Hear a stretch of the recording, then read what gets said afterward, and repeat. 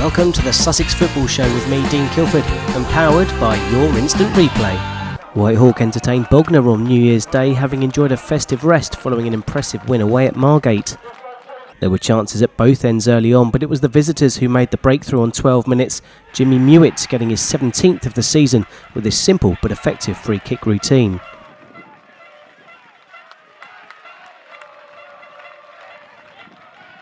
Four minutes later and the referee pointed to the spot. Lewes Broughton had judged to have handled the ball. Mewett on the spot to grab his second to give Whitehawk a mountain to climb.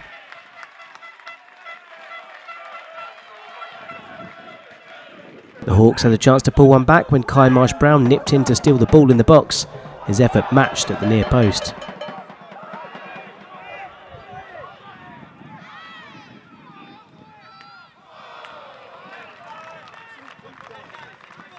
Bognor were causing their own problems, Connor Tye this time stealing the ball before firing wildly over.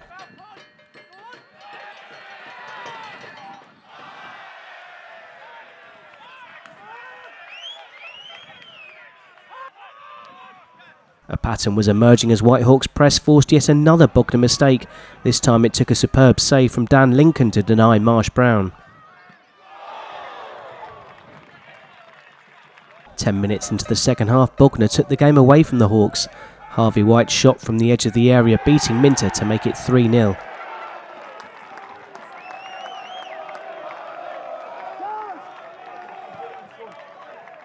And 5 minutes later, Bognor scored a fourth. Dan Smith took his tally to 13 from 16 starts, turning on a sixpence before firing into the corner.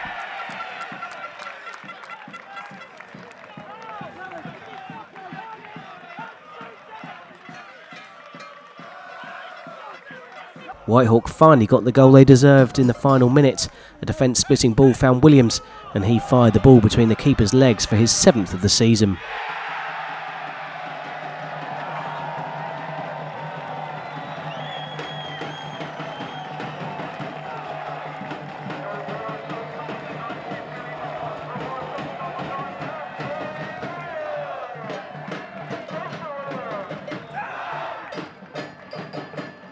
So it finishes 4-1, a scoreline that flattered the visitors. Whitehawk remained bottom, 7 points from safety.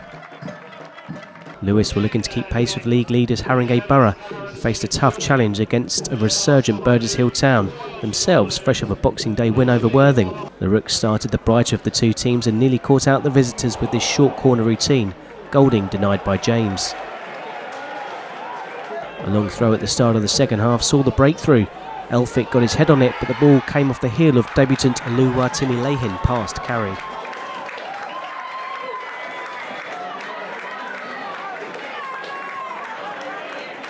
Lewes were struggling to get the ball out of their own half. Ben Pope with too much space to pick his spot and net his 7th of the season.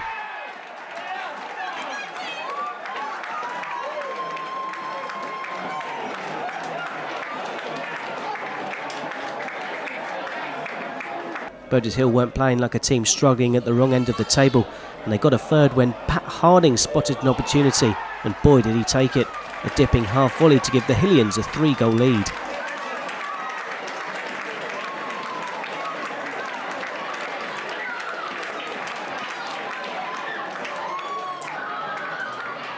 It was an off day for Lewes, who dropped to 5th.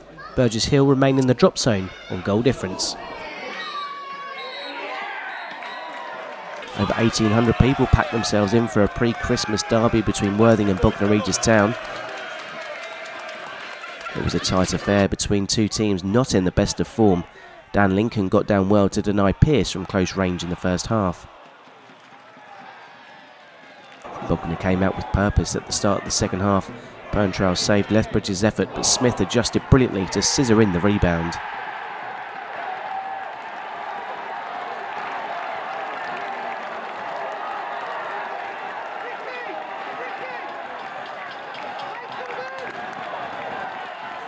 Worthing had a golden opportunity to level when Crane worked the ball to Miles Meekums in the box, but the forward took too long and his effort was smothered by Lincoln in the Bognor goal.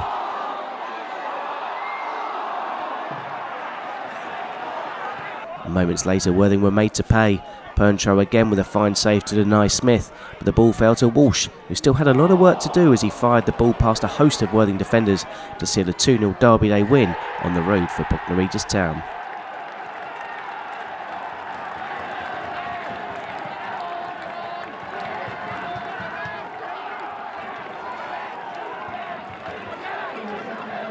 It was a Boxing Day derby as Worthing made the short journey to Burgess Hill Town, and this was the fourth meeting these two teams had had in all competitions. It was the visitors who took the lead. David Ajiboye, recently back from injury, spotting James off his line and unleashing this stunning effort from 25 yards.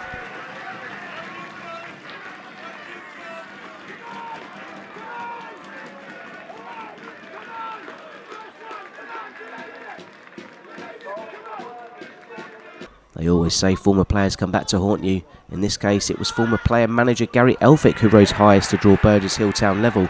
I think he enjoyed that one, although Perntrow may not want to watch the replay.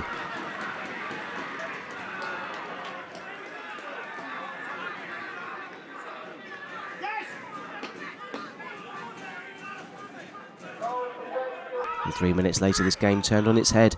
Harding sliding the ball through to Smith Joseph, who kept his calm to pass the ball beyond the keeper.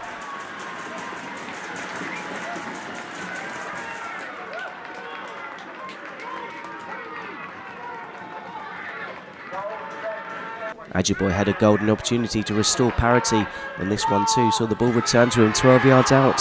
His effort though, the wrong side of the post. And then Josh James was called upon not once but twice to deny Worthing as he saved Barker's close range header and reacted brilliantly to thwart Keeley on the rebound.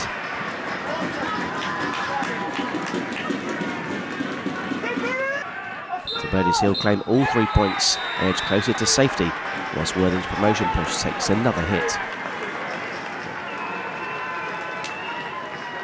Worthing were looking to stop a run that had seen them lose 7 of their last 8 games in all competitions.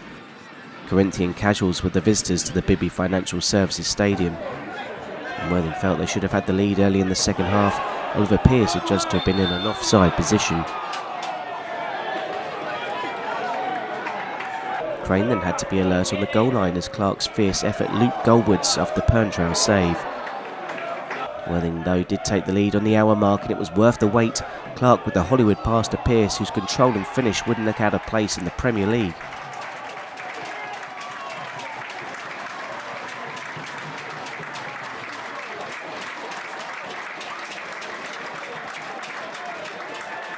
Five minutes from time, all 3 points were sealed when Sam Rent's free kick was volleyed into his own net by Jack Strange.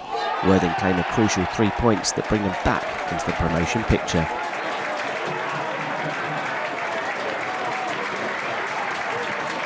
With the second goal for Whyteleafe, Arundel.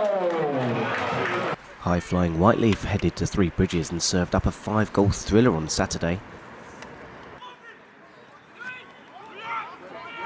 It was the visitors who made the early running and should have taken a first-half lead when Hassocks blazed over with an empty net.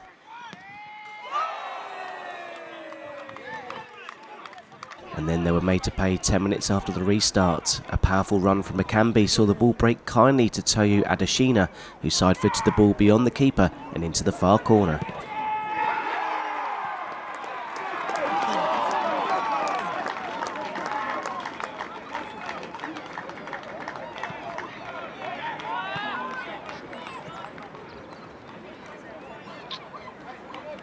That lead was to be short-lived as 2 minutes later O'Donoghue's long-range effort was hit with perfect precision just beyond the reach of Shaw in the Bridges net.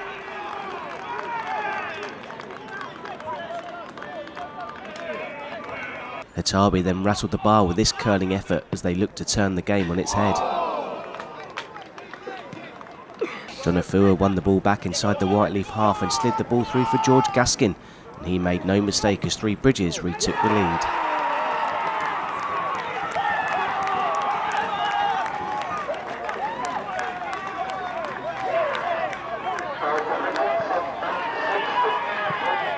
The first lead was short. Three Bridges hadn't learnt their lesson as straight from kick-off their defence was torn apart and Brian Nkongo was on hand to supply the finishing touch.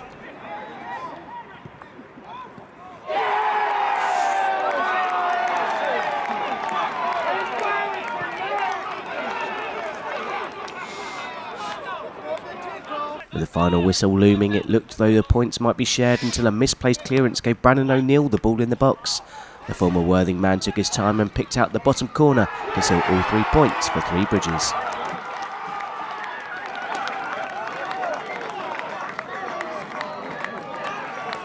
Loxwood travelled to Shoreham looking for an early Christmas present, and they pulled out a cracker on 8 minutes. Mark Goldson with a stunning half volley over the top of James Broadbent.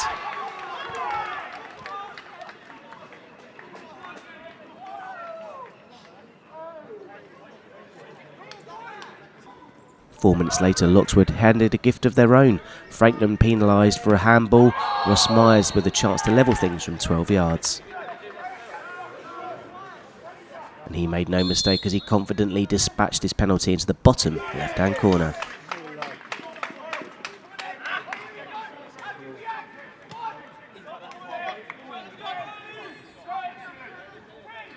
A low cross from Courtney found Meanhart in the box, and the Loxwood forward made no mistake as he restored their lead.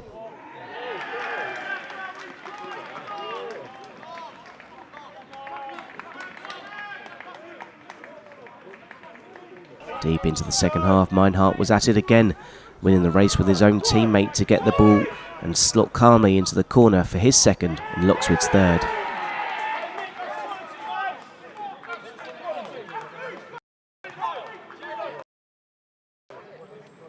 Straight from the restart, Shoreham were given a lifeline. Johnston brought down as he was bearing in on goal.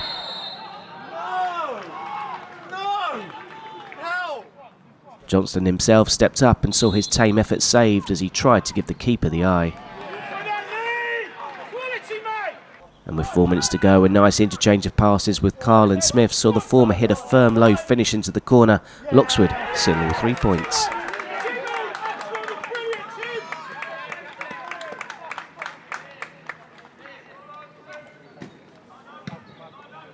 Eastbourne United were looking for their first league win of the season as they played Little Common on the Friday before Christmas. The Bango thought he'd done enough to give the host the lead, but Parsons was on the line to clear the ball away. Little Common then thought they'd scored direct from a corner, the referee disallowing the goal for a push on the keeper. With 20 minutes to go, there was hope that this could be their day. Sam Schaff holding the defender before a nice turn and shot gave Eastbourne United the lead.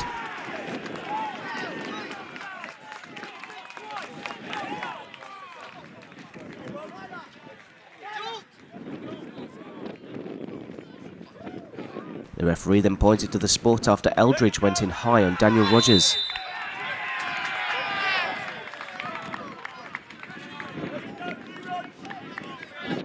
Schaff had the chance to double the lead and made no mistake as he fired down the middle of the net. Eastbourne United win their first league game of the season, just in time for Christmas. Saltdean United were looking to keep their promotion hopes alive as Shoreham came to Hill Park on Boxing Day morning. And just 6 minutes were on the clock when Alfie Rogers stole a march on his marker to score at the near post. Yeah! Great ball, great finish. Are we going, Shoreham? Short boys, heads up, straight away, yeah? And he got his second minutes later. In space on the left, a nice touch allowed Rogers to carry the ball into the area. He drew the keeper out and fired past him to make it 2-0, his third in 3 games.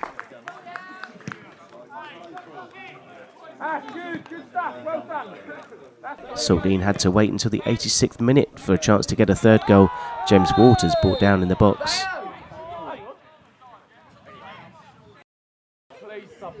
Brotherton's initial effort was well saved by Broadbent, but he was on hand to fire in the rebound.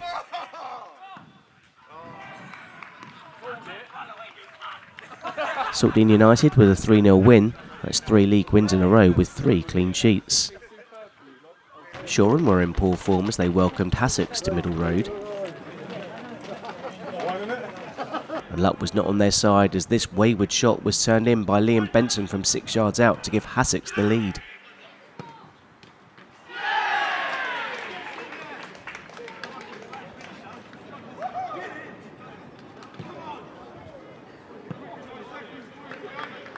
Shoreham did make a fight of it in the second half and came closest when McLennan's shot was well saved, as with the rebound by Thomas Johnston. That's now 8 defeats in a row for the Musclemen. Eastbourne Town and Eastbourne United met on Boxing Day with a crowd of over 800 in attendance. United, fresh from their first win of the season, were never in this game. Atwood opened the scoring, tapping in from close range. 2 minutes later, Eastbourne Town wanted a penalty, but George Taggart carried the ball on and fired the ball into the roof of the net to double the lead. There was time for a third before half-time as Bradley Pritchard skipped round the defender and the keeper to score.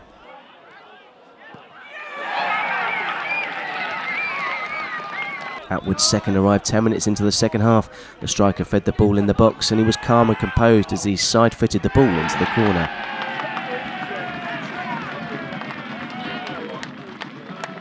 And the scoring was complete when the unfortunate Daniel Rogers put through his own net to seal a 5-goal rout for Eastbourne Town.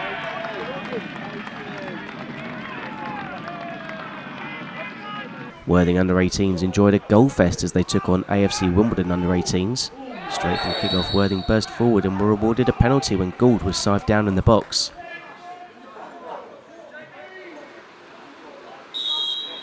Pattenden stepped up to open the scoring.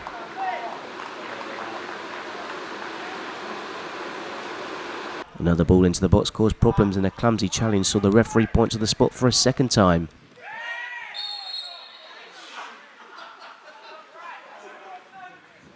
Pattenden went the same way, same result, Worthing 2-0 up. Gould then worked an angle to get his shot away that had too much power for the Wimbledon keeper.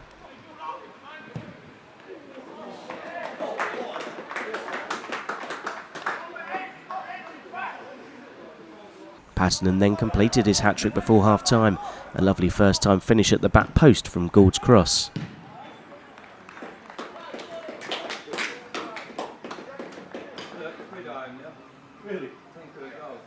Worthing's tails were up and they had a fifth before half-time, Hayden Skerry putting the finishing touch on a fine breakaway move.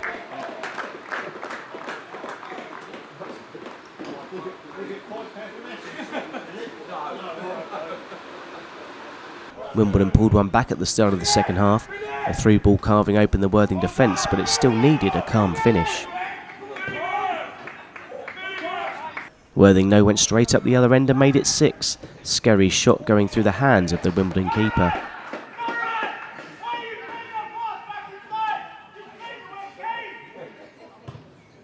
Joe Clayton found himself in the Wimbledon box and he squared the ball to Pattenden to get his 4th of the game.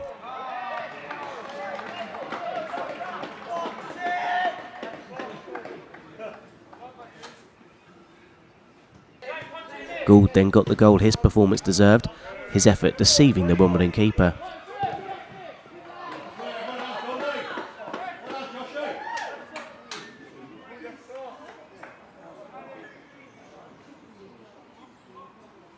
Wimbledon got their second of the game with another fine finish on the break. Lyndon Gardner was in two minds whether to come out for the ball when he was caught off his line. That wasn't the end of the scoring note. Beresford bringing the ball up from the back and getting his name on the score sheet.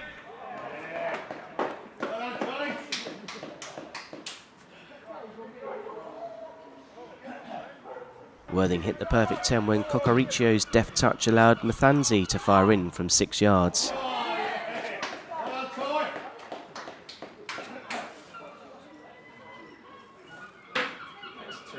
There was still time for more. Gould brought down in the box for a second time.